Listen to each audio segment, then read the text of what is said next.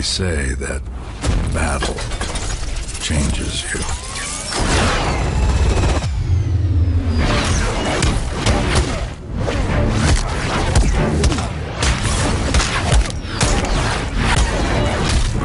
It makes you stronger.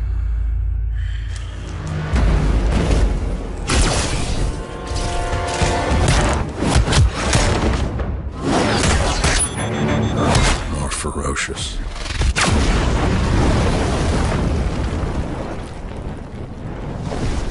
A monster in the night. Watching. Learning.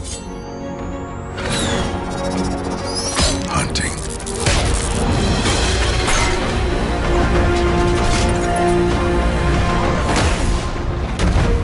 Each time I enter the pit, I emerge reborn.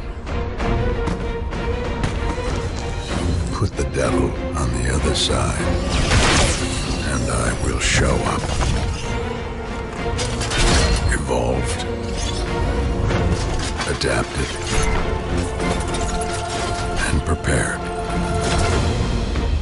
To fight.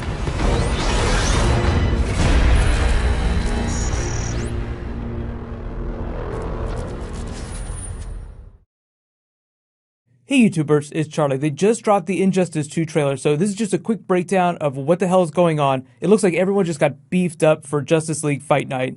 If you've never played it, Injustice is kind of DC's version of a Mortal Kombat fight game with a lot of mixed RPG elements. So you got story mode, you got battle mode, it's pretty self-explanatory. If you haven't played the newer Mortal Kombat game, like the most recent Mortal Kombat game, it's actually pretty fun. It has a pretty good story mode. But as part of this big Injustice game, DC actually did a tie-in comic book series. It's just called Injustice Gods Among Us. It's this really dystopian take on the characters, so everybody is way more hardcore, everybody hates each other. It's like Darkest Timeline Justice League. If you remember Earth 2 from The Flash Season 2 this year, it's kind of like that. It's almost like Earth 3 from the comics where everybody is a supervillain. So all the stuff that's happening in the game is not canon to the comics, it's not happening on the TV shows, it's like its own self-contained universe. And they haven't announced anything, but because they did a big comic book tie-in with the first run of the game, they'll probably write a new story that ties in with Injustice 2. So it actually looks pretty badass. The biggest new element here though is the playable Supergirl character. She wasn't a playable character in the first game,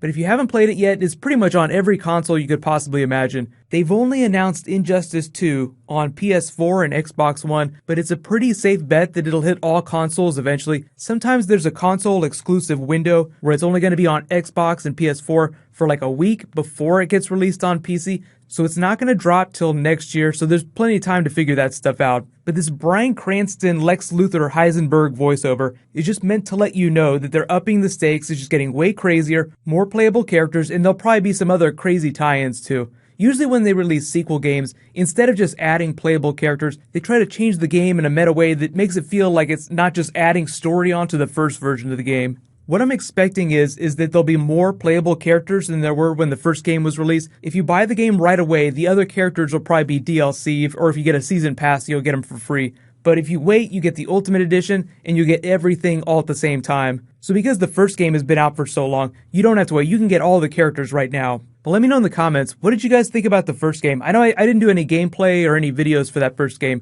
but if you guys want, I'll totally try and do some videos for this whenever it drops. It's gonna be so long before it gets here that we're really only gonna be getting more trailers for the rest of the year. Some of you have asked, I do have a video game channel that's separate from this. It's just called Charlie Streams. There's a link in the description for that. There's a link for my Twitch channel, which is also just called Emergency Awesome. But here's the really cool thing. What I'm actually expecting them to do is try and do some movie tie-in content, like some DLC, some skins. They did that for Stephen Amell's Arrow character whenever Arrow dropped. So they do special tie-in content for the TV shows. They will definitely do it for the movies. If you didn't follow the story of the first Injustice game and then like the tie-in comics, basically what happens is the Joker does something crazy, kills Lois Lane, turns Superman against humanity. The Justice League battles to take him down. It turns into this big conflict. It's kind of like the Flash storyline, Flashpoint, where the Justice League winds up fighting themselves. It's really dystopian. They're only able to stop evil Superman by traveling the multiverse till they find another version that will help them out, like a good version of Superman.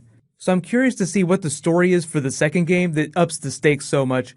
But just to be clear, this is not canon to what's going on in the comics right now with Rebirth. It has absolutely nothing to do with that. It has nothing to do with what's going on in the movies or the TV shows. This is a self-contained story, just like Frank Miller's Dark Knight Returns. It just kind of exists off by itself. I am going to go ahead and start a new round of the DC giveaway. All you have to do to enter is be a subscriber and leave a comment on this video. It's just a $20 Amazon gift card. I'll be talking about Flash Rebirth and Green Arrow Rebirth story stuff that's happening tomorrow. So if you guys haven't read it, be sure to check out the new Flash Rebirth comic.